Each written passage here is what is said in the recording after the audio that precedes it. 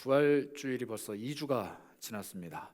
여러분들 어떻게 그 부활의 기쁨에 동참하시면서 또 묵상하시면서 지내고 계신지 궁금해요. 저는 부활주일이 지나가고 나서 2주 동안에 사실 다시 살아나신 예수님을 묵상해야 되는데 그 2주간의 죽음에 대해서 좀 많이 묵상을 했습니다. 예수님이 부활을 하셨는데 죽음에 대해서 묵상을 하게 되는 몇 가지 좀 일들이 있었어요. 그래서 제가 지난 수요일 날 우리 수요 소망 예배, 비전 예배죠. 수요 비전 예배 설교를 이 죽음에 관한 이야기로 시작을 하게 됐었습니다. 죽음, 사실 우리에게는 부활보다는 그 이전에 있는 죽음이 조금 더 마음에 와닿아요.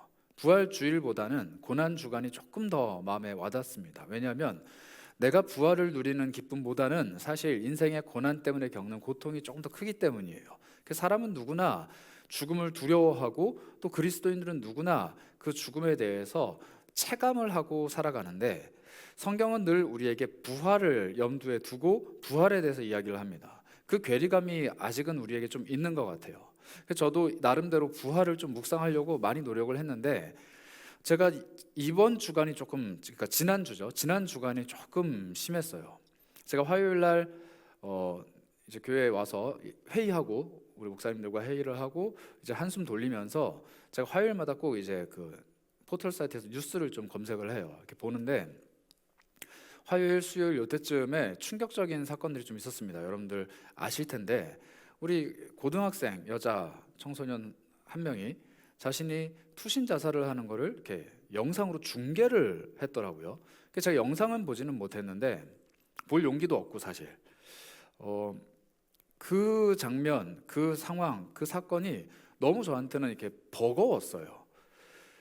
교회는 그리고 저와 같은 설교자들은 부활주일에 다시 살아나신 예수님에 대한 소망에 대해서 이야기를 하는데 실제로 그 시간대를 같은 시대를 살아가고 있는 수많은 사람들은 죽음에 대해서 고민을 할 수밖에 없는, 그리고 심지어 그 죽음마저도 뭐랄까요, 무슨 감정으로 그런 행동을 했는지는 잘 모르겠는데 여러 정황들을 좀 살펴보니 자신의 죽음마저도 누군가가 관심을 가져주기를 바라는 그런 모습으로 삶을 끝맺는 이 청소년의 모습을 보게 됐습니다. 또 같은 날 오전에는 그런 일도 있었어요. 한 중학생 남자아이 하나가 자기 동급생 여자아이에게 뭐 대화를 시도했던 것 같은데 칼로 이렇게 위협을 하고 본인은 목숨을 끊는 그런 사건도 그날 있었습니다.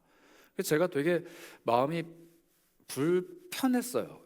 힘들었다는 표현이 조금 더 맞는 것 같아요. 이 죽음, 세상 사람들은 늘 죽음에 대해서 고민을 하고 죽음을 늘 염두에 두고 심지어는 죽음을 목적으로 세우고 자기 삶을 정리하는 사람들도 있는데 우리 그리스도인들은 부활이라는 새로운 능력, 새로운 소망, 새로운 개념을 사람들에게 전해주는 사람이다 라고 이야기하지만 실상 내 곁에 가까이 있는 그 죽음을 막지 못하는 무능력한 존재들이 아닌가라는 생각들을 좀 많이 하게 됐습니다.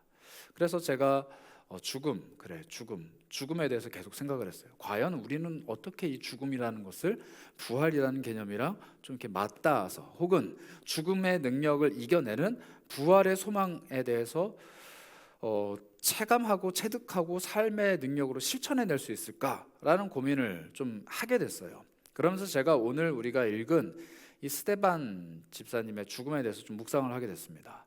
여러분들 이 스데반이라는 사람을 이름을 아실 거예요. 7 집사님들 중에 한 명인데요, 이 12명의 제자들이 교회가 커지고 맡게 되는 사역이 많게 되다 보니까 힘이 버거운 거예요. 그런데 이 12명의 제자들이 고민하다 결정을 합니다. 우리가 지금 교회의 행정적인 일, 그리고 전도하고 사람들을 가르치고 봉사하는 이 일 때문에 하나님의 말씀을 전하는 일에 점점 소홀해진다. 그래서 우리가 12명의 사도뿐만 아니라 다른 집사들을 좀 세우자라고 해서 성령과 지혜가 충만한 사람들에게 칭찬받는 사람들을 뽑았습니다. 그게 7 집사예요. 이 사람들은 예수님의 제자들 중에서도 아주 특별하고 탁월한 사람들이었습니다. 그리고 이 사람들은 교회 공동체 안에서 인정받는 사람들이었어요.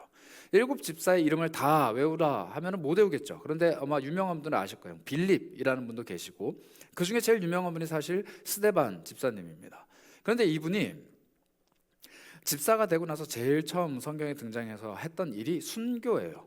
사실 설교를 하고 순교를 합니다. 근데 이 설교가 굉장히 탁월해요. 사도행전에 등장하는 그 어떤 사도들의 설교보다 더 길고 더 깊이가 깊고 더 복음을 탁월하게 전하고 한 방에 죽어요. 돌에 맞아 죽습니다. 뭐 재판 과정 이런 것도 없어요. 그 순간 그 자리에서 즉결 심판을 당해서 생명을 잃습니다.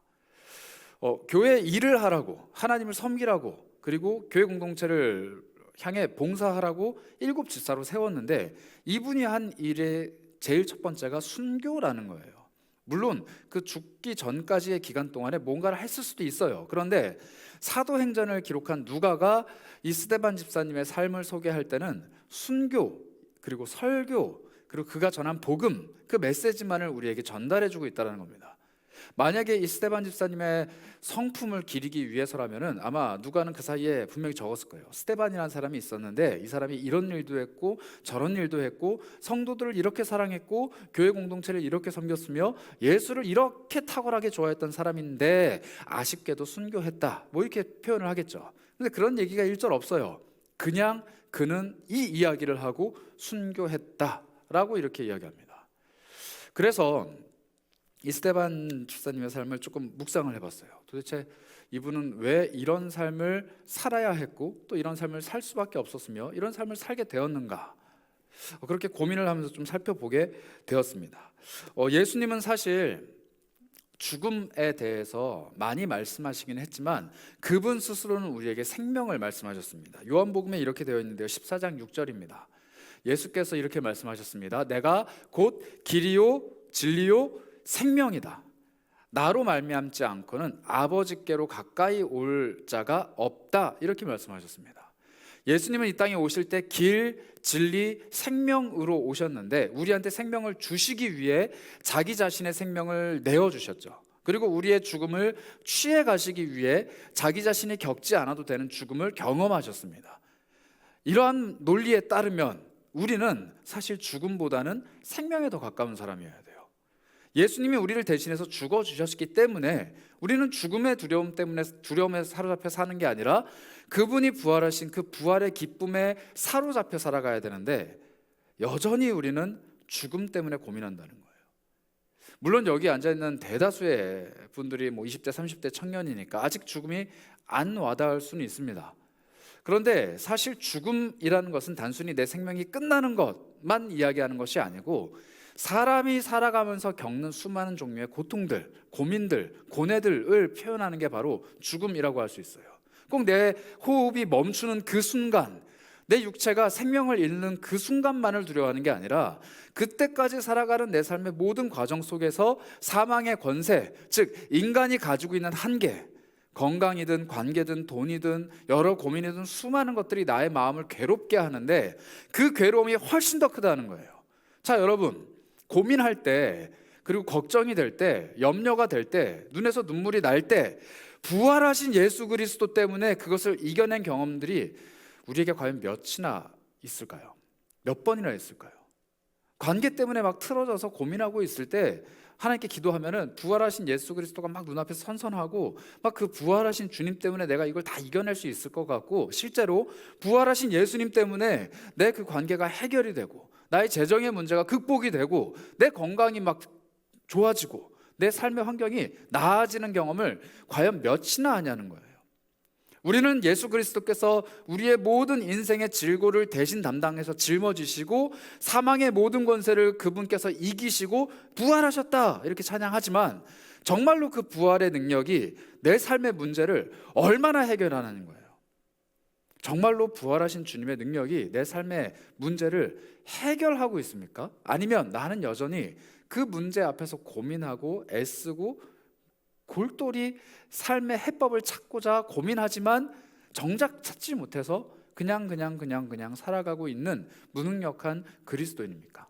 예수님은 분명히 나는 길이고 진리고 생명이다라고 계속 말씀하시는데 우리는 정말로 길과 진리와 생명을 품고 살아가는 그 아주 맑고 영광스러운 삶을 살아가는 사람입니까? 아니면 여전히 사망의 권세 아래, 세상의 영향력 아래, 그리고 죄의 그늘 아래서 고민하는 사람이냐는 거예요.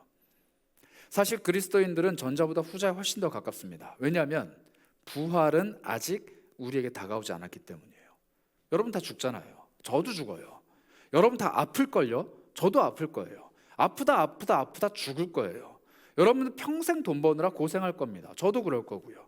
여러분들 평생 힘겨울 거예요. 저도 마찬가지고요. 아무리 예수님이 부활하셨다고 하더라도 우리 인생의 이 어려움들은 사그라지지 않는다는 거예요. 사라지지 않아요. 계속 우리 곁에서 맴돌고 있습니다. 아니, 사실 우리 삶 한가운데를 꽉 움켜쥐고 있을 거예요. 지금 여기 고민 없는 사람이 어디 있어요? 문제 없는 사람이 어디 있냐고요. 마냥 행복하고 마냥 즐거운 사람이 도대체 어디 있어요? 다 인생의 문제 하나쯤은 어깨에, 또 마음 한구석에, 혹은 머리 위에, 혹은 발목에 질질질 끌고 다니고 있지 않냐는 거예요. 남들에게 말 못할, 혹은 말해도 해결되지 않는 그 문제들이 우리를 여전히 괴롭힙니다. 그런데 우리는 부활을 노래해야 돼요. 이게 그리스도인들의 고뇌입니다. 그런데 그 고뇌를 스데반 집사께서 끊어내시는 모습을 보여줍니다. 어떻게 끊어내시는지 우리 한번 살펴봤으면 좋겠어요. 예수님은 십자가가 아니라 길과 진리와 생명으로 이 땅에 오셨다라고 이야기하시는데, 여러분들 복음서를 자세히 보시면요, 예수님이 돌아가신 장면은 굉장히 길게 얘기합니다. 막 몇 장에 걸쳐서 예수님이 하셨던 말씀들, 예수님이 당하셨던 일들, 예수님이 이때는 뭐 했고 저때는 뭐 했고 시시각각 막 이야기해요. 그런데 성경이 되게 웃긴 게요, 예수님 무덤에 들어가신 3일 동안은 한 문장으로 표현해요. 그냥 3일이 지났다. 더 웃긴 건요, 예수님 부활하신 거는 제대로 보여주지도 않아요. 자, 예수님 부활하실 때 어떻게 부활하셨는지 성경에 기록된 거 아시는 분 있으세요? 없을걸요? 예수님이 일어나실 때 하품을 하셨는지 안 하셨는지, 예수님이 머리부터 드셨는지 아니면 기지개를 먼저 펴셨는지 아무도 몰라요. 왜냐하면 성경에 안 써 있거든요. 예수님 돌아가셨을 때 하신 말씀들 다 기록되어 있는데 예수님 부활하실 때의 모습은 전혀 없습니다. 본 사람이 없어서일까요? 아니에요. 천지창조의 모습을 본 사람이 있습니까? 없어요. 그런데 하나님은 기록하셨어요. 하나님께서는 우리가 눈으로 보지 못한 것들도 하나님의 영에 취한, 하나님의 영에 사로잡힌 사람들을 통해서 우리에게 가르쳐 주셨다고요. 그런데 하실 수만 있다면 부활의 그 모습을 우리에게 전해 주실 수도 있었을 텐데 하시지 않습니다. 십자가의 그 모습, 사실 요한을 제외하고 나머지 11명의 제자들은 못 봤거든요. 그런데 정말 자기들이 본 것 마냥 막 기록을 해요. 마태 그 자리에 없었습니다. 그런데 마치 자기가 본 것처럼 막 기록을 해요. 그런데 정작 예수님이 부활하신 그 모습은 아무도 기록하지 않아요. 그냥 쓱 지나갑니다. 그리고 부활하셨다로 끝나버려요. 왜 그럴까? 왜? 마치 우리 삶도 마찬가지인 것 같아요. 예수 그리스도의 십자가는 우리 삶에 너무너무 필요해요. 매 순간순간들마다 우리는 사실 부활하신 주님을 붙잡을 때가 아니라 십자가에 달리신 예수님을 붙잡아야 될 때가 더 많아요. 죄를 지어서일 때도 있고, 혹은 그 십자가의 능력이 필요할 때도 있기 때문입니다. 그래서일지 이 신약 성경을 보시면은 부활의 능력이라는 표현보다 십자가의 능력이라는 표현이 월등하게 많습니다. 부활로 살아가는 인생을 묘사하는 표현보다는 십자가를 짊어지고 가는 인생들을 묘사하는 표현이 훨씬 더 많아요. 부활이 진짜인데 십자가가 훨씬 더 많은 걸까요? 아니라는 거예요. 부활을 품고 살아가는 사람들은 십자가를 외면할 수 없는 겁니다. 그리고 그 십자가는 사실 인생이 실전인 것처럼 그리스도인들의 삶의 실전으로 다가오는 게 십자가라는 거예요. 조금 더 쉽게 말씀드리자면 인생은 십자가입니다. 그러나 영원한 삶은 부활이에요. 그래서 오늘 우리가 살아가는 이 인생 속에서 십자가를 제대로 붙잡는 사람이 다가올 천국에서의 삶 속에서 부활을 제대로 누릴 수 있게 되는 겁니다. 그래서 우리에게 십자가를 그토록 자세히 가르쳐 주시고 십자가를 그토록 자주 이야기하시는 거예요. 오늘 우리가 함께 본 이 스데반 집사님은 이 두 가지를 동시에 본 사람입니다. 오늘 우리가 읽은 본문을 한번 살펴볼까요? 스데반이 55절입니다. 스데반이 성령 충만하여서 하늘을 봅니다. 55절이에요. 하늘을 보는데 하나님의 영광을 보고요, 예수께서 하나님 우편에 서신 것을 봅니다. 부활하신 주님을 본 거예요. 하나님을 보게 됩니다. 늘 이런 장면들만 보고 살아가면 얼마나 좋겠어요. 우리가 기도할 때마다 예수 그리스도의 모습이 선명하게 보이고, 우리가 성령에 충만해지면은 하나님의 음성이 들리고 그 보좌 우편에 계신 예수님의 모습이 막 보이면 얼마나 좋겠어요. 그런데 스데반 집사는 이거를 보고 난 후에 죽음을 당합니다. 자기가 죽기 직전에 이 장면만 보는 거예요. 부활하신 예수 그리스도의 모습을 보는 게 죽기 직전이라는 거예요. 이거를 전해야 되는데, 누군가에게 이야기해야 되는데 못 얘기하고 죽는 겁니다. 아마 이야기를 하긴 했어요. 언제 얘기했냐면 56절입니다. 말하되 보라, 하늘이 열리고 인자가 하나님 우편에 서신 것을 내가 보고 있다, 이 한마디를 하고 죽어요. 하나님께서는 참 야박하세요. 이런 어마어마한 광경을 스데반 집사에게 보여주셨으면 이 사람이 10년, 20년, 50년 오래오래 살아서 사람들을 만날 때마다 나는 봤다, 나는 십자가가 아니라 그 하늘 보좌 우편에 살아계신 예수님을 봤다, 당신은 십자가에서 죽은 예수를 봤을지 모르겠지만 나는 살아나신 예수 그리스도를 봤다 라고 막 전해야 되는데, 그 전할 기회를 박탈해 버리십니다. 그리고 그분을 그냥 죽여요. 스데반 집사가 죽음을 당하는 거예요. 그렇다면 이 고백이, 단 한 문장의 이 고백이 도대체 무슨 능력, 무슨 효과가 있냐는 거예요. 우리도 마찬가지입니다. 우리에게 하나님이 더 빨리 나타나셔서 우리 인생에 너 이러이러한 삶을 살 거야, 너 이렇게 나와 함께 영광스러운 길을 걸어갈 거야, 나는 너의 인생에 이런 계획을 가지고 있고 너를 이런 사람으로 만들어낼 거고 너를 통해서 내가 이렇게 영광 받을 거고 너를 통해서 내가 어마어마한 일을 펼칠 거야 라고 미리 얘기해 주시면 내가 빨리 준비해서 그거 하죠. 빨리빨리 하죠. 그런데 하나님은 침묵하세요. 얘기를 안 해주신다는 거예요. 하나님, 나 뭐 해야 됩니까? 묵묵부답. 하나님, 나 어떻게 살아야 되나요? 침묵. 하나님, 내 인생은 도대체 왜 지금 이 모양일까요? 아무도 대답하지 않아요. 하나님은 그저 침묵하십니다. 그리고 내 눈앞에 보이는 것은 여전히 고난, 고통, 고민, 이런 인생의 여러 가지 고뇌들이 내 삶을 괴롭히고 있다는 거죠. 그때 우리는 다시 한번 이 스데반 집사의 모습을 봐야 합니다. 59절을 볼까요? 스데반 집사님이 이렇게 얘기합니다.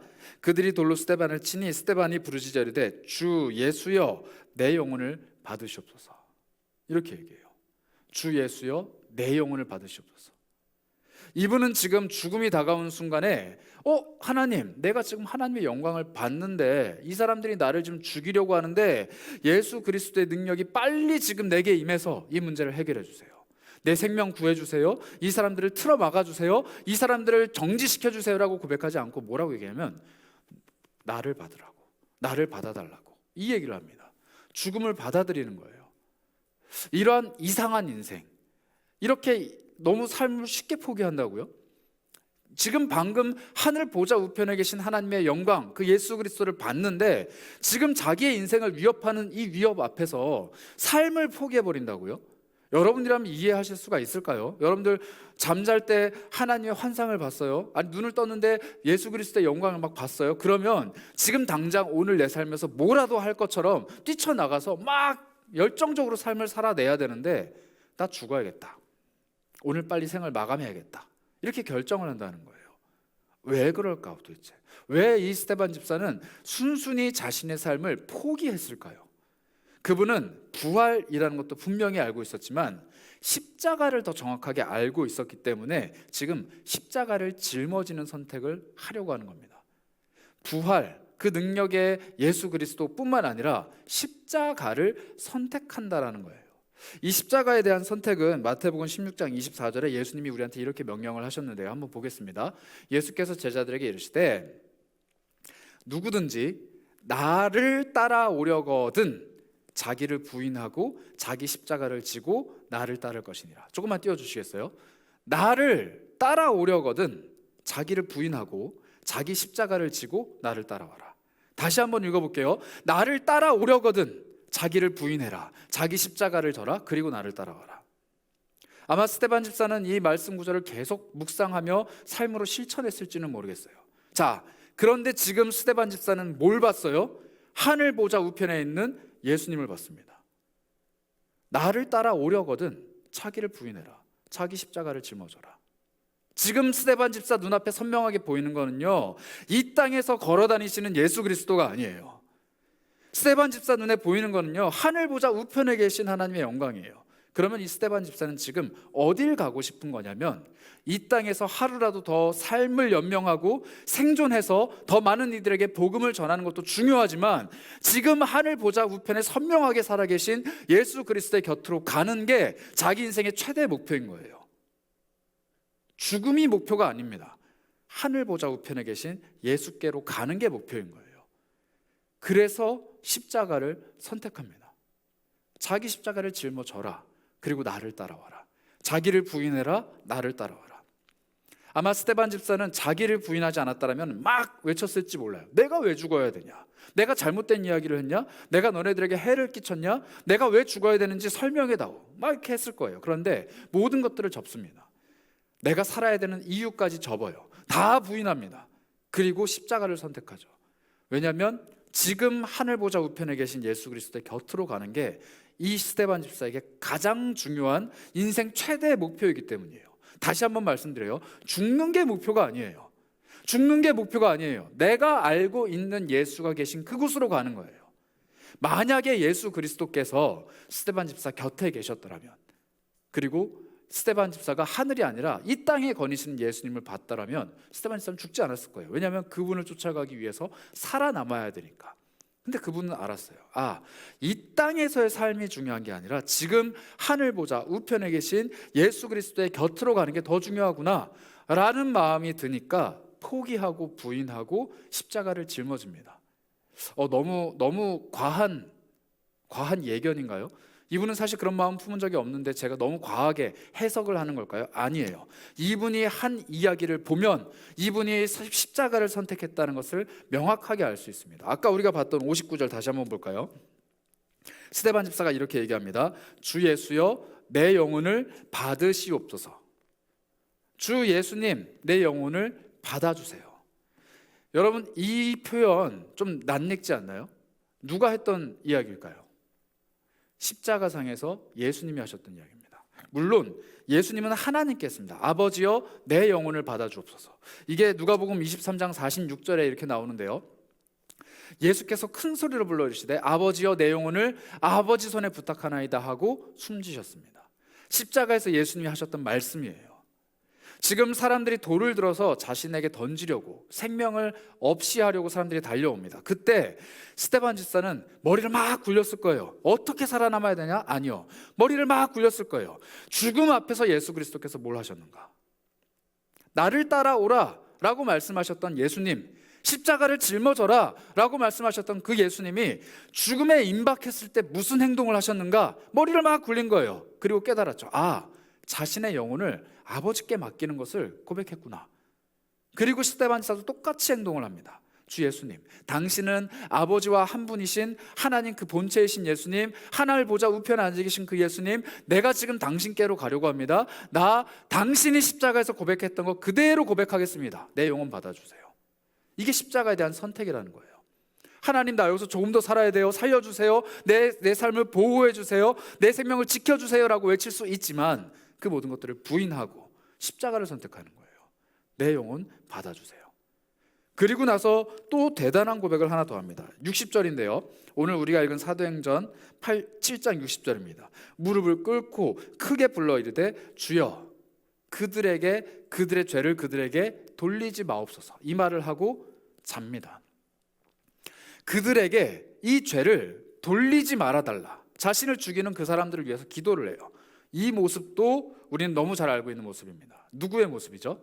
십자가상의 예수 그리스도예요. 누가복음에 똑같이 기록되어 있습니다. 23장 34절인데요. 이에 예수께서 이르시되 아버지 저들을 사하여 주옵소서 자기들이 하는 것을 알지 못합니다 하시더라. 그리고 옷을 제비 뽑아 나눠 가지죠. 저사들은 무슨 행동하는지 모릅니다. 나는 지금 하늘의 영광을 보지만 저자들은 몰라요. 그러니까 이 죄를 그들에게 돌리지 말아주세요. 이렇게 그들을 위한 기도를 하고 숨지시죠. 예수님의 그 모습 스데반 집사가 똑같이 따라합니다. 순종이죠.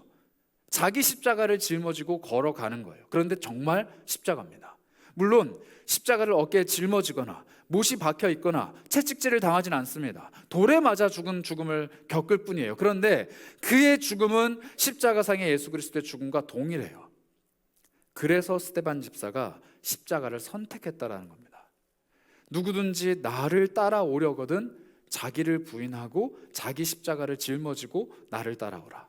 그 한마디의 말씀이 이 스데반 집사의 마음에 깊이 새겨졌을 때 이분은 인생의 마지막이 될 수도 있는 그 순간에 십자가를 선택합니다. 그 모습이 바로 부활하신 예수 그리스도를 마음에 깊이 신뢰한 사람의 모습이에요. 우리는 어떨까요? 예수님이 말씀하십니다. 자기 십자가를 짊어져라. 그럼 우리는 막 고민하죠. 내 십자가가 도대체 뭘까? 그럼 아침마다 집에서 출근할 때마다 큰 나무 하나 어깨에 짊어지고 걸어가야 되나요? 아니면 여러분들 상처가 아물기 전에 귀를 뚫듯이 계속 내 손에 못자국을 뚫어놔야 될까요? 옆구리에 창 하나를 꽂고 다녀야 됩니까? 그런 거 아니잖아요. 교회 올 때마다 야, 나 책질지 좀 30번만 해줘라 하고 막 등 들이밀고 피 철철 난 채로 삶을 살아가는 게 십자가를 짊어지는 삶인가요? 그런 게 아니라는 거예요. 그래서 우리는 늘 비유적으로 생각해요. 나에게 십자가는 뭘까? 나를 그토록 괴롭게 만드는 우리 가정. 그토록 나를 괴롭게 하는 돈. 그토록 나를 괴롭게 하는 그 자식. 이렇게 자꾸 우리 삶의 고난을 십자가라고 생각을 하는 거예요. 물론 맞습니다. 그게 십자가예요. 자기 십자가예요. 그런데 그게 십자가이기 때문에 인내하고 참고 순응하고 그것을 극복하기 위해서 노력하라는 이야기가 아니에요. 그걸 짊어지고 어디로 가는지가 중요합니다. 십자가를 주시긴 주셨어요. 그래서 내 삶에 그걸 짊어졌어요. 그런데 그걸 짊어지고도 여전히 나는 내가 원하는 방향을 가는 거예요. 우리 가족은 이렇게 해야 해결이 될 것 같아요. 내 삶의 문제는 이렇게 돼야 해결이 될 것 같아요.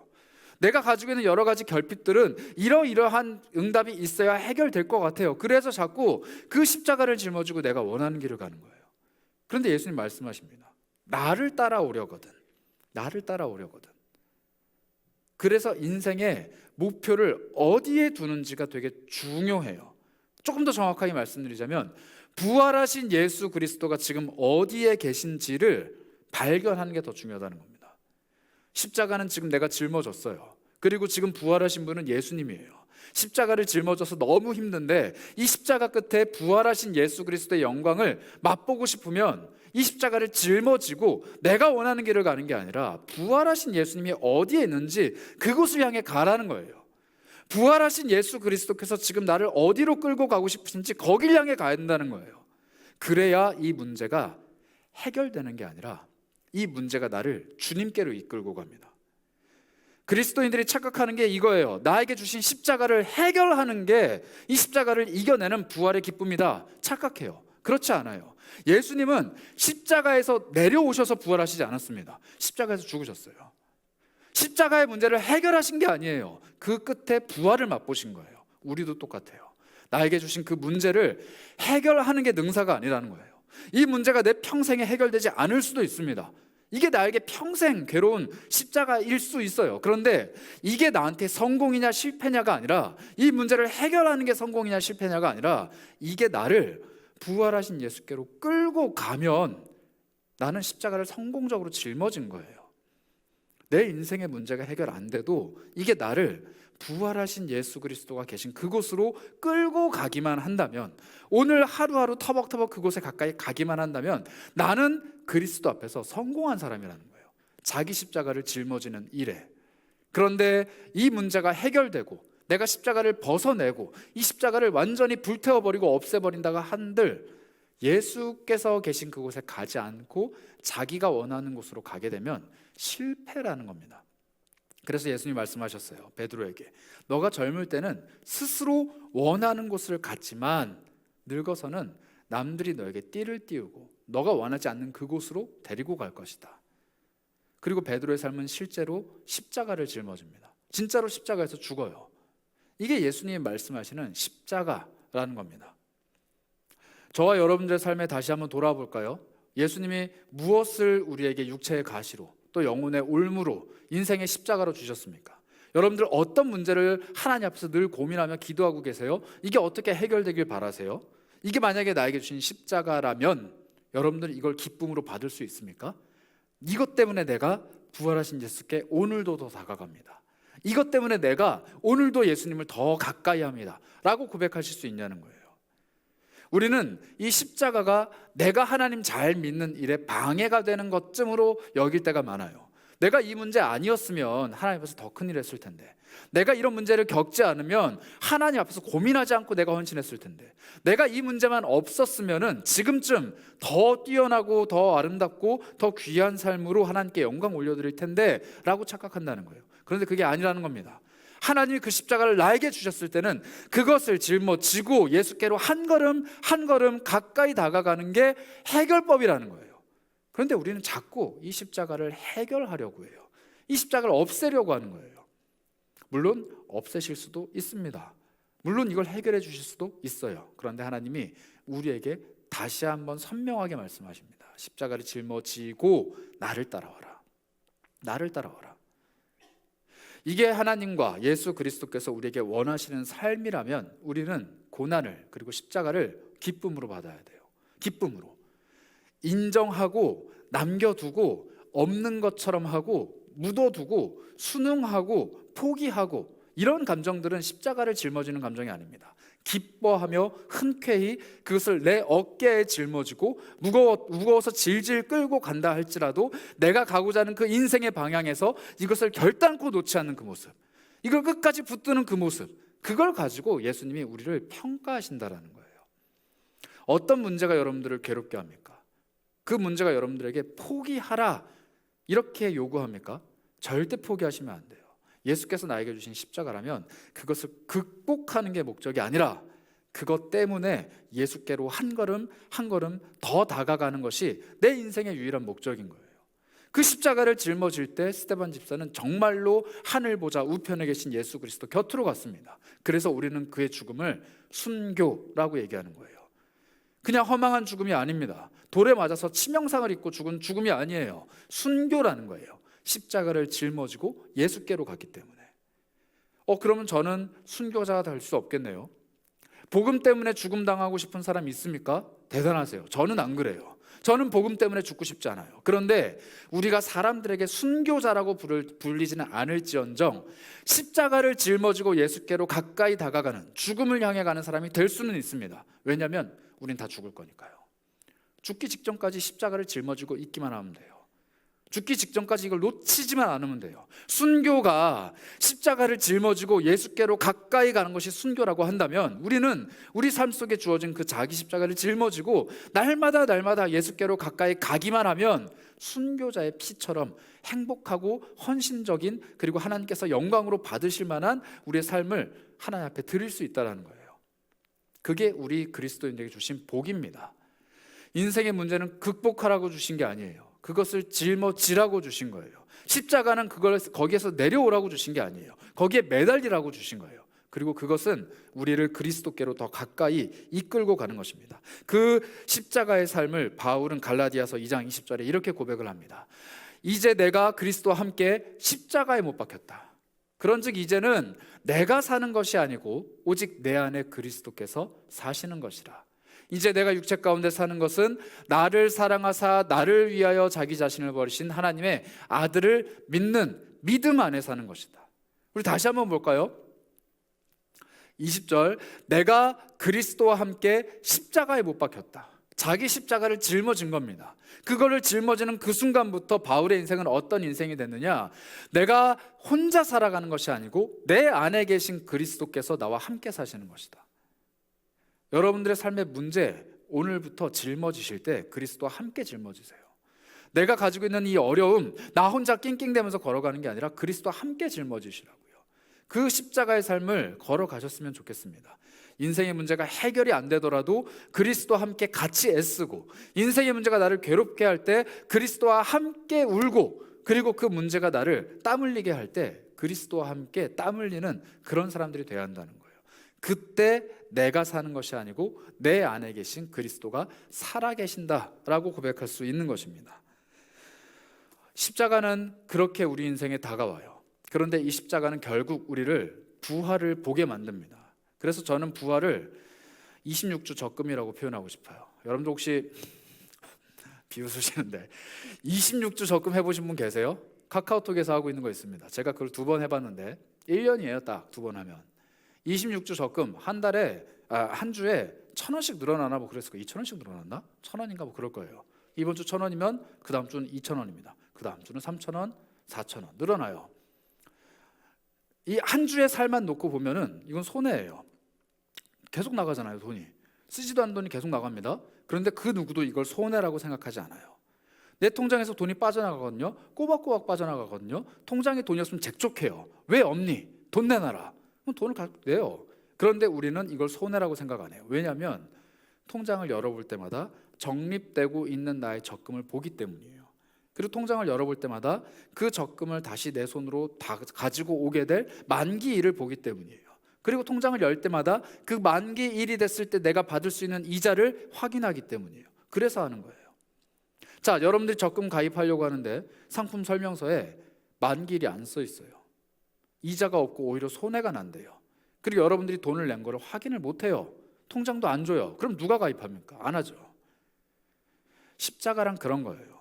부활이라는 만기일, 그리고 부활 때 내가 얻게 되는 그 크나큰 유익, 그리고 그것을 날마다 눈으로 확인하게 되는 기쁨을 알기 때문에 오늘 십자가를 짊어지는 겁니다. 26주 적금처럼 오늘 십자가를 짊어지는 거예요. 내 인생에 괴로움이 다가왔는데 기뻐하며 찬양하며 인내할 수 있는 힘, 그것을 인내했을 때 내 통장, 내 신앙의 통장에 쌓여가는, 하나님 앞에서의 정립되어가는 부활을 보기 때문이에요. 이 부활이라는 것은 언젠가 내 인생에 반드시 다가옵니다. 왜냐하면 나는 반드시 죽으니까. 부활 안 올 것 같은데. 아니요, 온다니까요. 죽을 거잖아요. 죽으면 반드시 부활은 와요. 그 부활은 반드시 옵니다. 우리 인생에 만기일이 반드시 있다는 거예요. 그런데 누군가는 그때에 얻게 될 그 크나큰 이자, 크나큰 유익을 안 믿고 이 적금을 회피해요. 이게 뭐 의미 없다니까. 예수가 뭐 십자가는 없다니까. 이 십자가 짊어지는 거 인생의 고통일 뿐이라니까. 흥청망청 사는 게 훨씬 더 유익해 라고 외면합니다. 근데 그리스도인들은 알아요. 지금 내 통장에서 빠져나가는 것 같은, 지금 내 삶에 소진되는 것 같은, 지금 내 인생에 어려운 것 같은 이 십자가가 있지만 이 십자가를 짊어지고 끝까지 헌신하고 끝까지 순종하고 끝까지 인내하면 그 적금이 만기일이 다가올 때, 이 십자가의 삶이 만기일이 다가올 때 한량없는, 정말 셀 수 없는 어마어마한 이자가 나에게 쏟아진다는 것을 알기 때문에 오늘 인내하는 거예요. 그리고 거기를 향해 달려가죠. 26주 적금을 열어보면요, 그 악어가 처음부터 막 뛰어다녀요. 막 펄쩍펄쩍 뜁니다. 그리고 그게 매주 달성하면은 하트가 붙어있는 편지를 이렇게 막 붙여줘요. 이게 얼마나 기쁨이 쏠쏠한데요. 생각지도 않은데 갑자기 딱 빠져나가요. 딱 눌러봅니다. 알람이 뜨면 누르잖아요. 그럼 이만큼 채웠습니다. 떠요. 우리 인생이 그렇게 하나님 앞에서 십자가가 정립되는 삶을 살아간다면 얼마나 기쁠까요? 그래서 하나님이 우리에게 응답이라는 걸 하십니다. 하나님이 우리 인생에 응답이라는 걸 하신다는 거예요. 하나님은 단순히 내 소원을 들어주기 위해서 응답하시는 분이 아니에요. 하나님은 십자가를 짊어지고 살아가는 내가 위로를 얻기로, 하나님 앞에서 소망을 얻기로, 그리고 하나님 앞에서 무언가 확신을 갖게 하기 위해서 응답이라는 걸 하신다는 거예요. 여러분들 뭘 기도하세요? 그리고 무엇을 응답으로 기대하세요? 하나님의 십자가를 짊어질 때 하나님, 나에게 뭐라도 좀 보여주세요. 하나님이 살아계시다라는 거. 내가 짊어지고 있는 이 십자가가 그저 헛된 노력이 아니라 정말로 부활하신 예수 그리스도를 향해 걸어가는 길이라는 확신을 주세요라고 기도하기 시작하면요, 여러분들이 짊어지고 있는 그 십자가의 현장에서 하나님이 응답하십니다. 이게 해결되는 게 응답이 아니라 다른 더 풍성한 은혜로 응답하신다는 거예요. 이 문제가 해결되지 않더라도 다른 그 어떤 것들로 내 삶에 찾아오셔서 너 지금 그 십자가 짊어지고 가는 거 괴롭지? 근데 내가 이거 선물로 줄게. 저거 내가 은혜로 응답해 줄게. 이걸 가지고 너 내가 살아있던 걸 확신해. 계속 주시는 거예요. 그래서 이 십자가를 짊어지는 게 괴롭지 않습니다. 왜냐하면 나는 이거를 짊어지지만 하나님은 내 삶에 다른 방식으로 갚아주시기 때문에.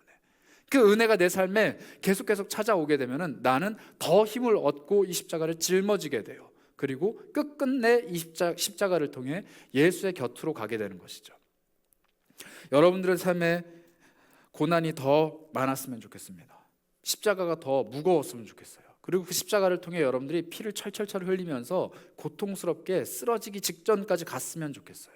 그리고 그 끝에 있는 어마어마한 영광의 주님을 만나셨으면 좋겠습니다. 그러나 매일매일 걸어가는 그 길에 우리 주님께서 도움을 주셨으면 좋겠어요. 너 힘들지? 내가 이거 도와줄게. 너 괴롭지? 내가 이거 응답해 줄게. 너가 너무 어렵잖아. 내가 너를 일으켜 세워줄게. 이 도움의 손길은 우리 주님도 받으셨습니다. 여러분들 그거 아시죠? 예수님이 십자가를 지고 짊어지고 걸어가실 때 너무 쓰러지니까 로마 군인들이 다른 사람을 데리고 왔잖아요. 알렉산더 루포의 아버지, 그 아버지를 데리고 와서 십자가를 대신 짊어지게 합니다.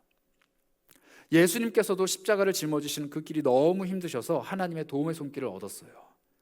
예수님께서도 십자가를 짊어지고 가시는 그 길 가운데 다른 이들의 도움을 얻으셨다고요. 우리의 아픔을 공감하시는 주님은 십자가를 짊어지고 가는 여러분들의 아픔을 너무나도 잘 공감하십니다.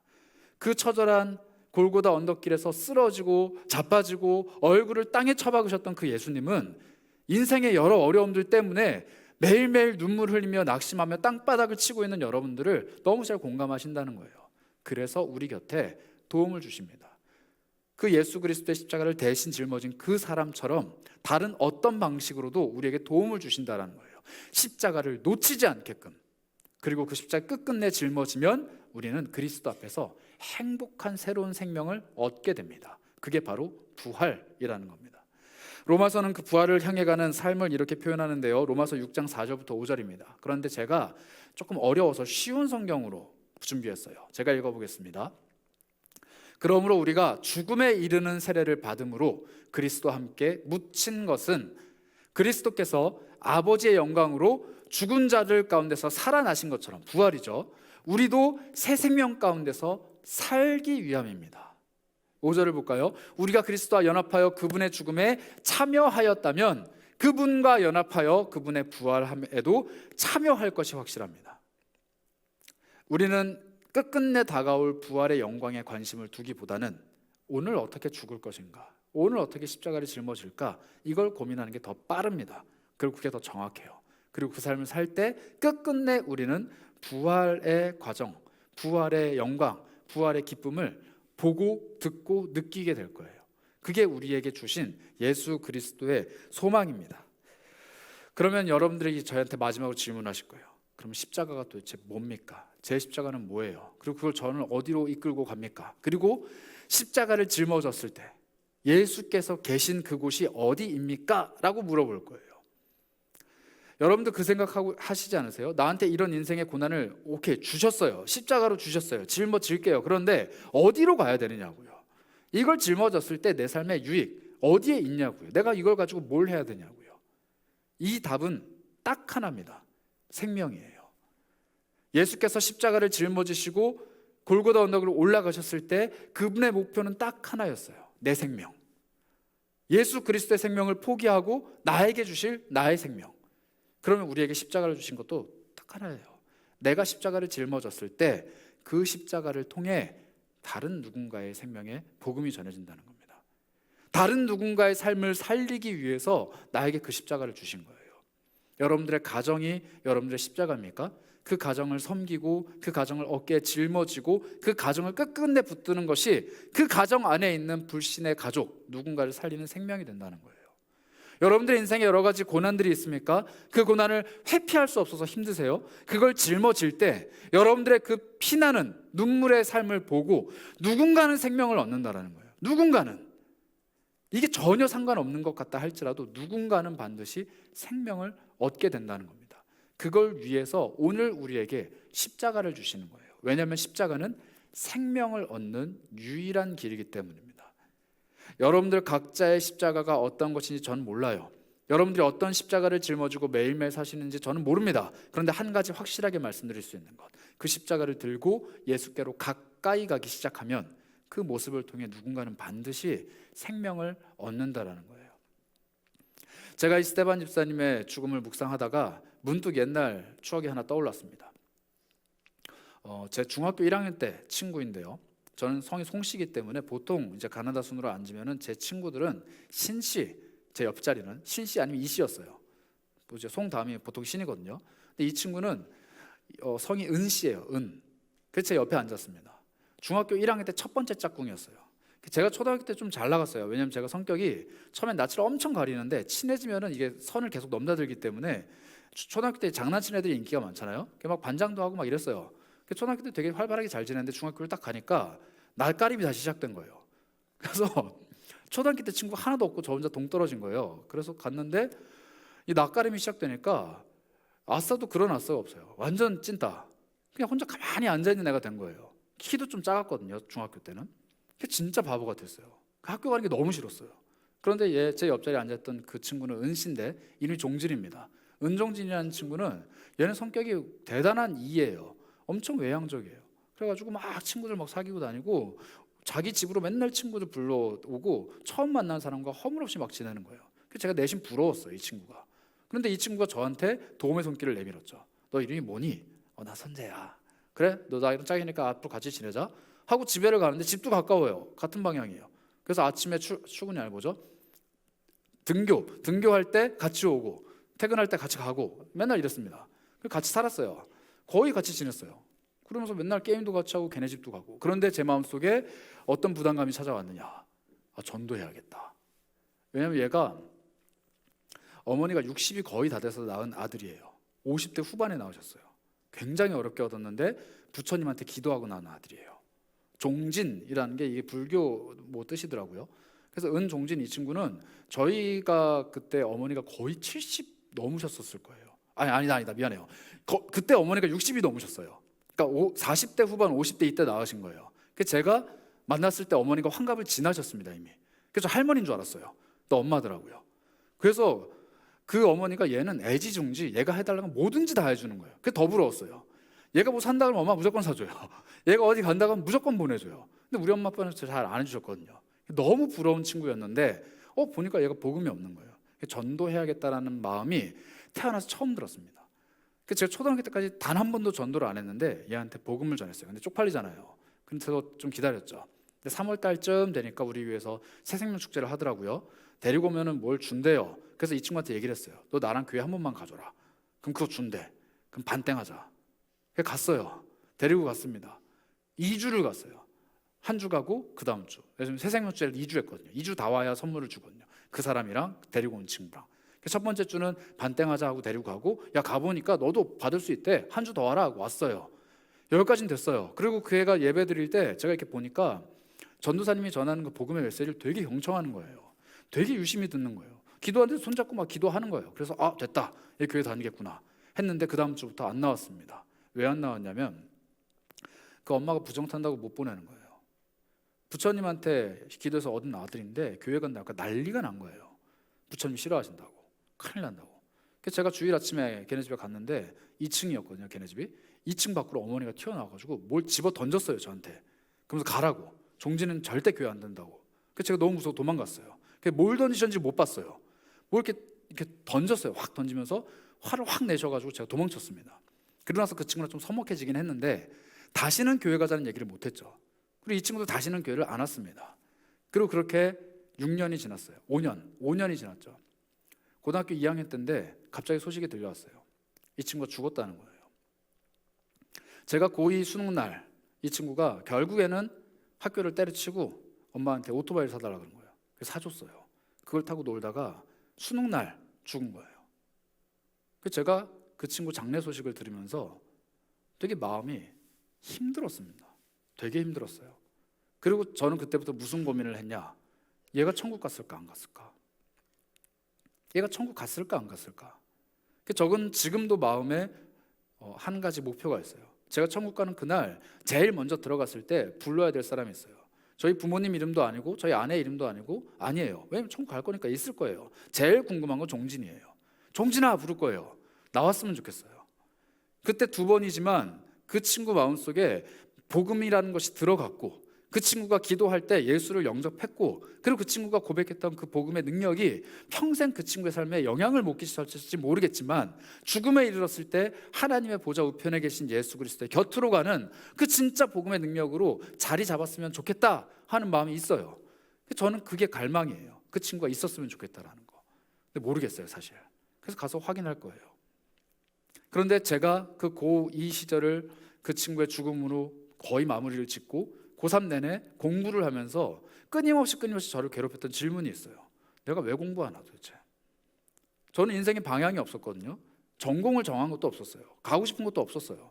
그냥 공부했어요. 점수 나온 대로 가야지. 공부 막 하고 있는데 끊임없이 괴롭히는 질문은 종진이 만약에 살아있었으면 나랑 같이 수능 봤을까? 얘 수능 안 봤을 것 같은데 6월 모의고사 끝나고 애들 술 먹는다는데 가면 종진이 있겠지? 이 생각만 하는 거예요. 종진 생각 되게 많이 났어요. 그리고 수능 날 끝나고 저 아버지 차 타고 집으로 오는 길에 조금 울었습니다. 종진이 때문에. 기일이잖아요.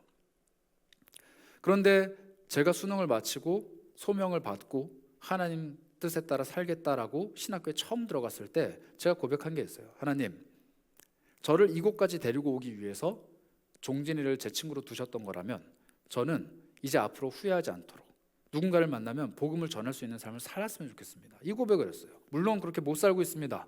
복음을 너무 못 전해서 제가 고민이 커요. 그런데 저는 늘 종진이의 죽음이 제 인생의 큰 짐이에요. 그리고 그 죽음은 절대 헛된 것이 되지 않기 위해 저는 오늘도 또 누군가에게 복음을 전하려고 애를 써야 돼요. 제 인생은 그래요. 이게 바로 십자가를 짊어진 죽음, 그리고 그 십자가 주는 새로운 생명이라는 겁니다. 여러분들에게 이런 구구절절한 사연이 없을 수도 있어요. 그러나 여러분들이 가지고 있는 십자가, 여러분들이 품고 있는 그 십자가를 짊어지고 걸어가는 그 길이 누군가에게는 분명히 생명이 됩니다. 누군가에게는 분명히 생명이 돼요. 여러분들이 그 고난을 이겨내려고 애쓰면서 하나님 앞에서 십자가를 제대로 짊어지려고 애쓰는 그 삶이 누군가에게는 반드시 생명이 돼요. 그래서 우리는 오늘도 묵묵히 다시 한번 십자가를 짊어질 수밖에 없는 거예요. 이 십자가를 짊어지는 게 나한테 무슨 유익이 될까? 이 문제를 모르는 척하고 외면하고 나한테 없는 것처럼 생각하고 새 인생 살아가는 게 도움되는 거 아닐까? 아니요. 그걸 짊어지는 것은 나에게 도움이 되는 게 아니라 그걸 짊어졌을 때 다른 누군가에게 생명을 주기 때문에 나한테 주신 거라고요. 그래서 오늘 여러분들 다시 한번 그 십자가를 제대로 보셨으면 좋겠어요. 오늘 설교 제목이 뭐예요? 부활, 그를 닮은 죽음이에요. 나에게 이 십자가를 주셨다면 이 십자가를 짊어지면서 예수 그리스도를 닮은 죽음의 길을 걸어가는 게 부활의 능력이라는 겁니다. 스데반 집사가 그렇게 살아가셨고 수많은 사도들이, 수많은 제자들이 그렇게 살아갔어요. 그리고 그 제자들이 전한 복음이 우리에게까지 왔습니다.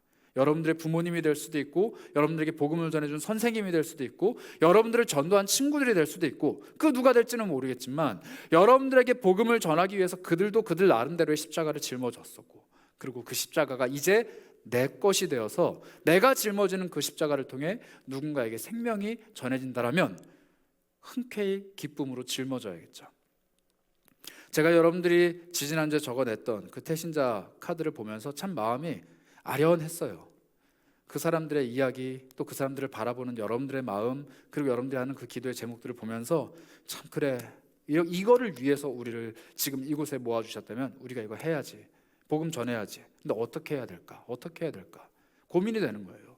참 봐도 답답하고 막막한 상황인데 어떻게 복음을 전할 수 있을까? 방법을 저는 여러분들께 드릴 수 없습니다. 그러나 가는 길은 가르쳐 드릴 수 있어요. 십자가예요. 인생의 가장 어려운 것들을 기쁨으로 짊어지세요. 그리고 여러분들이 피하고 싶은 그 십자가를 기쁨으로 짊어지세요. 그리고 하나님께 당당히 요구하세요. 하나님, 나에게 십자가로 주신 이것을 내가 회피하지 않고 몰라, 나 모르겠다 이야기하지 않고 내 어깨에 짊어지고 순종하면서 걸어가는데 하나님, 내가 품은 그 영혼 살려주셔야 되지 않겠어요?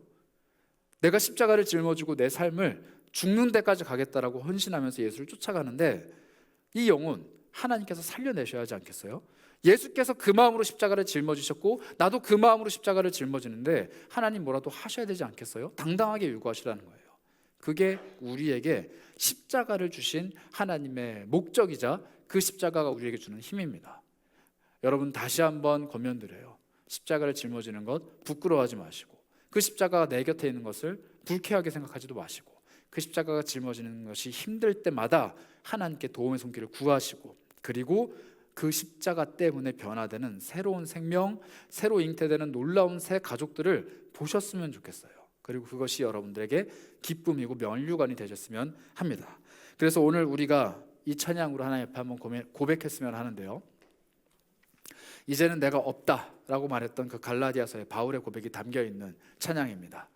여러분, 제가 바울에 대한 이야기를 좀 해드리려고 해요.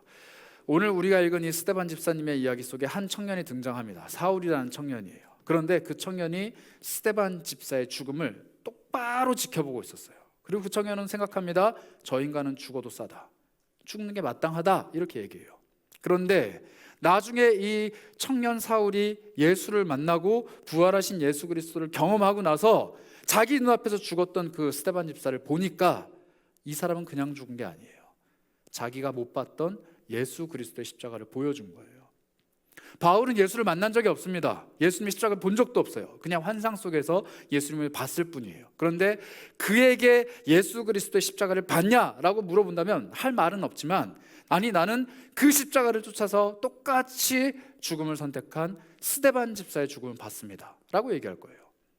예수님이 십자가상에서 말씀하신 건 못 들었어요. 그런데 나에게 복음을 전하기 위해서 그 모습을 똑같이 내 앞에서 보여준 스데반이라는 아주 귀한 죽음을 나는 받습니다. 이렇게 얘기할 거예요. 그리고 바울이 고백합니다. 스데반 집사가 그렇게 죽었듯이 이제는 나도 십자가에 못 박혀 죽는다. 이제는 나도 십자가로 내 생명을 다 걸고 살아간다. 이렇게 고백합니다. 이게 우리의 고백이 되어야 해요. 여러분들 눈앞에 스데반 집사의 순교가 없다고 해서 그것을 쫓아가지 못하겠다라고 포기하시면 안 됩니다. 여러분들 곁에는 너무나도 많은 믿음의 선배들과 동역자들이 오늘도 십자가를 지면서 걸어가고 있어요. 그들과 함께 연합하고 그들과 함께 십자가를 같이 짊어지고 그들과 함께 이 십자가의 길을 기뻐하는 것이 우리의 힘이에요. 그래서 오늘도 우리는 다시 한번 각자 자기 십자가를 짊어지겠지만 다 함께 그 십자가의 길을 걸어가며 예수를 향해 걸어가는 그런 영가족 공동체가 될 수 있는 겁니다.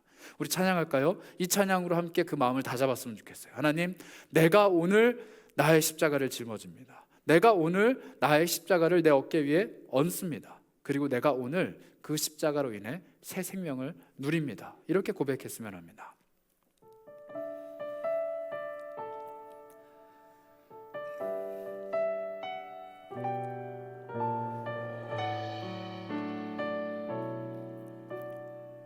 우리 마음으로 고백합니다. 이제는 내가 없고 오직 예수님만 내 안에 살아계신 오직 예수님만 찬양하며 살리라 예배하며 살리라 내 안에 계시는 오직 예수. 우리 다 함께 고백할까요? 이제는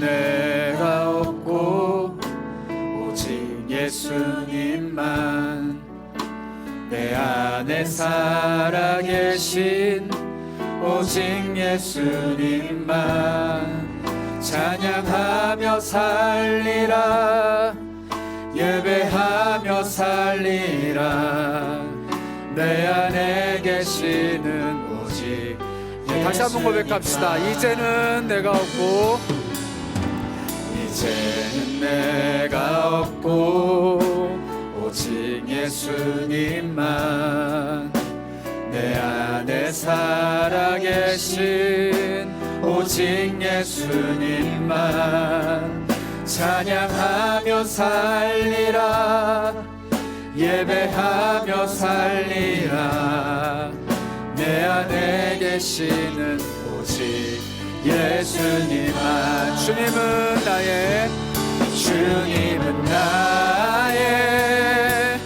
아바 아버지 내 상한 영혼 만지시고 주님은 나의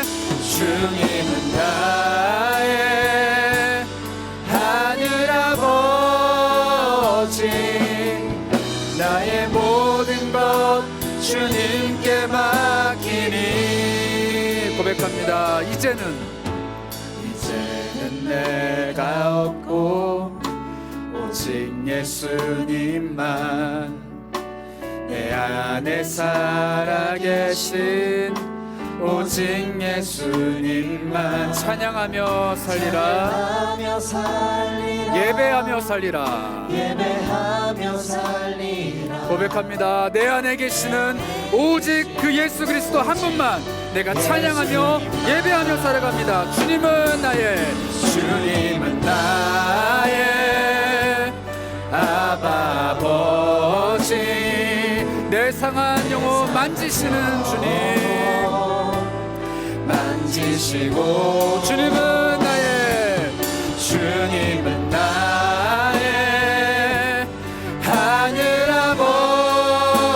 하늘아버지 나의 모든 것 주님. 다시 한번 고백합니다.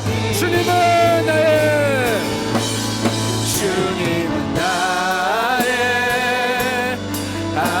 아버지 내 상한 상한 영혼 만지시고 주님은 나의 하늘 보좌에 계신 아버지 나의 하늘 아버지 나의 모든 것 주님 다시 한번 힘차게 고백합니다. 이제는 내가 주님과 함께 십자가 위에 나 자신을 못 박습니다. 십자가 위에 죽었으니 이제는 내가 산 것 아니요 내가 산 것 아니요 내 안에 주님 사신 것이라 고백합니다. 이제는 내가 없고 오직 예수님만 내 안에 살아계신 오직 예수님만 찬양하며 살리라 예배하며 살리라 내 안에 계시는 오직 예수님만. 여러분, 이 찬양의 고백이 굉장히 거창하고 굉장히 대단합니다. 그런데 사실 그리 어렵지 않아요. 여러분들에게 주어진 인생의 고난을 이 마음으로 대하면 됩니다. 십자가를 애써 찾아다닐 필요도 없고 그 십자가가 어디 있는지 눈을 두리번거릴 필요도 없어요.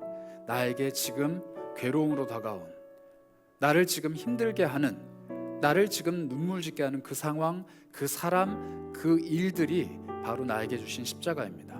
외면하지 마세요. 그리고 그걸 극복하려고 애쓰지 마세요.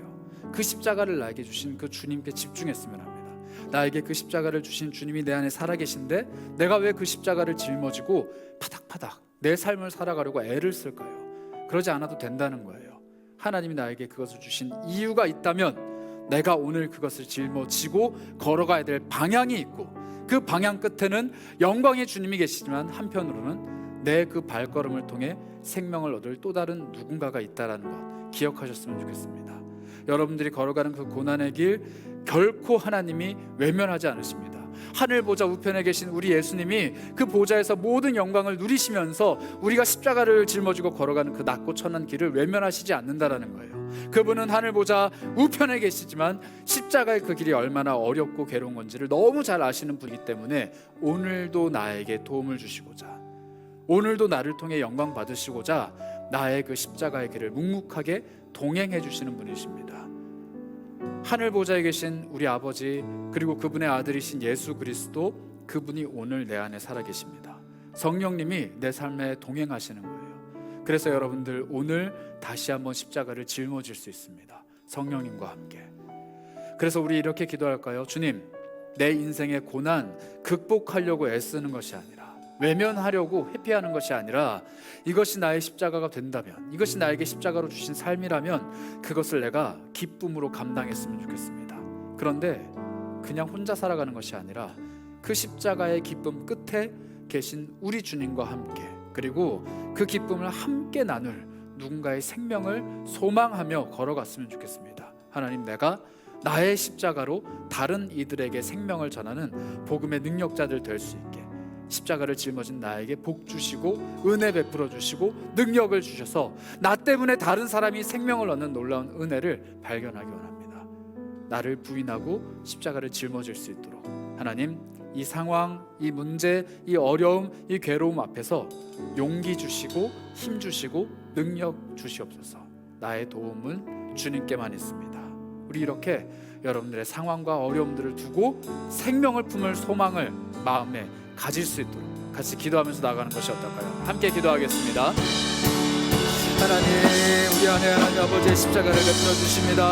우리 안에 하나님의 능력을 베풀어 주십니다. 우리 안에 하나님으로 인하여서 생명을 얻을 수 있는 그 소망을 베풀어 주십니다. 주님, 내 십자가를 통해 그 사람이 생명을 얻는다면, 내 육체의 고난을 통해 그 사람이 생명을 얻을 수만 있다면, 나의 헌신과 나의 수고와 나의 땀방울과 나의 눈물로 인하여서 그 사람이 생명을 얻을 수 있다면 내가 오늘 나의 십자가를 짊어지는 것 기쁨으로 감당하기 원합니다. 주님, 나를 죽여주시고 내 안에 그리스도를 살려주셔서 십자가를 짊어지는 것이 은혜가 될 수 있게 하시고 능력이 될 수 있게 하시고 영광이 될 수 있도록 인도하여 주셔서 나를 통해 누군가가 살아나길 소망합니다. 내 인생을 통해 누군가가 생명을 얻길 소망합니다. 입술 끝에서 머무르고 있는 복음이 아니라 내 삶을 통해 나의 십자가를 통해 증명해내는 복음 될 수 있도록 인도하여 주셔서 부활하신 예수 그리스도의 능력과 영광을 날마다 경험하게 하여 주시고 날마다 나는 십자가 짚고 이 길을 묵묵히 걸어갈 수 있도록 하나님의 은혜를 충만하게 풀어주셨소서. 여러분 다시 한번 기도하실 때 여러분들 그 품었던 태신자를 놓고 기도해 보는 것은 어떨까요? 태신자를 품지 않으신 분들도 내가 꼭 복음을 전해야 되는 내 사랑하는 그 이웃을 위해 기도하셨으면 좋겠습니다. 하나님, 나에게 그를 베풀어 주신 것은, 그녀를 내 곁에 두신 것은 내가 복음 전하라고 나를 주셨는데 내 입술 끝에서 선포되는 몇 마디 말이 아니라 십자가를 짊어지고 묵묵히 그러나 기쁨으로 걸어가는 나의 삶을 통해 그에게 복음이 전해지기 원합니다. 하나님, 그가 내 인생을 바라볼 때 어려움을 외면하는 약한 모습 혹은 그것을 극복하기 위해서 인생을 처절하게 살아가는 연약한 모습을 보는 것이 아니라 그걸 짊어졌음에도 불구하고 기뻐하는 모습, 그리고 그리스도의 영광과 그리스도의 도우심을 날마다 누리며 정말로 기쁘게 살아가는 그 모습을 내가 보여주기 원합니다. 그래서 나를 통해 그에게 생명의 복음이, 십자가의 능력이 흘러가기 원합니다. 우리 이런 마음으로 태신자를 마음에 한번 품고 다 같이 기도했으면 좋겠습니다. 우리 영혼을 위해 함께 마음 모아 기도하겠습니다. 하나님, 예배 가운데 나온 수많은 영혼들, 예수를 모르고 하나님 모르고 이 영혼 가운데 안타까운 심정들을 안고 있는 수많은 영혼들이 있으니까 하나님, 내가 준비한, 내가 하나님을 사랑하는 수많은 삶의 노력들을 통하여서, 내가 하나님과 동행하는 삶을 통하여서 그 영혼 심령 속에 하나님 아버지의 생명복음이 흘러가기 원합니다. 그들의 삶 가운데 하나님의 생명복음이 흘러가기 원합니다. 하나님, 우리가 짊어진 그 십자가가 결단코 무겁지 않음을 고백합니다. 생명을 잃고 유리방황하는 자들의 어려움보다 하나님 아버지의 생명을 알고 그 십자가를 짊어진 나의 어려움이 뭐가 더 크겠습니까? 하나님, 그들을 향한 안타까운 마음, 그들을 향한 애타는 심정을 나에게 베풀어 주셔서 이 십자가를 기꺼이 능히 감당하게 하여 주시고 이 십자가가 나의 기쁨이요 나의 영광이요 나의 멸류관이 될 수 있도록 하나님 생명의 역사를 살려주시기 원합니다. 보여주시기 원합니다. 그 생명의 능력을 경험하기 원합니다. 하나님, 내가 십자가를 짊어질 때 생명이 살아가는 놀라운 역사를 발견하게 도와주시고 그 생명의 역사가 나에게 기쁨이게 될 수 있도록 인도하여 주옵소서. 하나님, 우리 인생의 많은 고난들과 어려움들을 베풀어 주셨을 때 우리는 그것을 내 십자가라 이야기하지만 사실 그 십자가를 짊어질 용기도, 그리고 그 십자가를 짊어질 이유도 없기 때문에 그것을 빨리 벗어나고자, 빨리 내 삶에서 떨쳐내고자 노력해왔음을 고백합니다. 하나님이 내 인생의 고난으로 주신 것들 빠르게 극복하고 지나가야 내 인생의 탄탄대로가 펼쳐질 것이라고 착각하며 살아왔습니다. 그러나 하나님, 나에게 주신 십자가는 내팽개치고 다른 곳으로 달려갈 때 쓰라고 주신 것이 아니고 내가 짊어지고 평생 그 길을 걸어가는 나의 십자가로 주셨음을 고백합니다.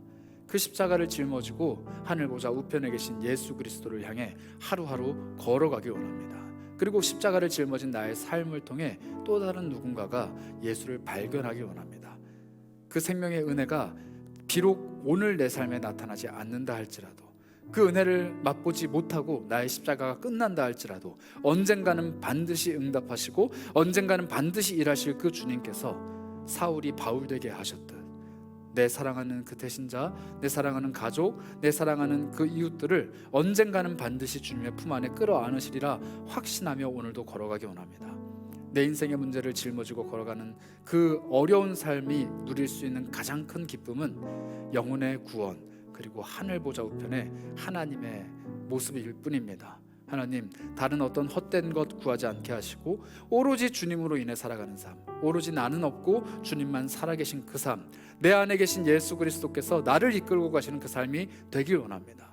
그 길이 어떤 길이 될지, 어느 곳에서 어떻게 걸어가야 할지 우리는 알 수 없지만 날마다 세밀한 음성으로 우리의 발걸음을 인도해 주시고 우리가 가는 길에 빛이 되어 주시는 그 주님께서 오늘 해야 할 일을 가르쳐 주시리라 다시 한번 확신합니다. 하나님, 내가 오늘 십자가를 어떻게 짊어져야 할지, 그 십자가가 어떻게 나의 삶에 고난으로 다가올지 모르겠습니다. 그러나 한 가지 확실히 우리가 붙잡기 원합니다. 이 십자가를 통해 다른 누군가의 생명을 주님께서 돌아보신다라는 사실을 잊지 않았으면 좋겠습니다. 그렇게 날마다 십자가를 지고 그 십자가를 통해서 다른 생명들을 살려내는 귀한 순례자들이 우리 공동체 안에 더 많아졌으면 좋겠습니다. 나의 십자가를 자랑하는 것이 아니라 그 십자가 끝에 있는 예수 그리스도를 자랑하는 인생 되게 하시고, 우리가 짊어진 십자가 끝에 날마다 구원받는 자들의 숫자가 더해지며 하나님의 생명을 얻는 자들의 기쁨의 노랫소리가 끊이지 않는 공동체 되기를 소망합니다. 그래서 우리가 오늘도 다시 한번 십자가를 짊어집니다. 함께 고개 숙인 많은 청년들, 애달프고 슬프고 괴롭고 눈물 나는 삶을 살아간다 할지라도, 마음이 헛헛하며 무너진다 할지라도 그 모든 것은 주께서 베풀어 주신 십자가라 확신하고 주님께서 베풀어 주시는 능력대로 살아가기를 축복합니다. 주님 함께 해주시고 동행하시고 위로하여 주시옵소서. 우리 주 예수 그리스도의 이름으로 기도합니다.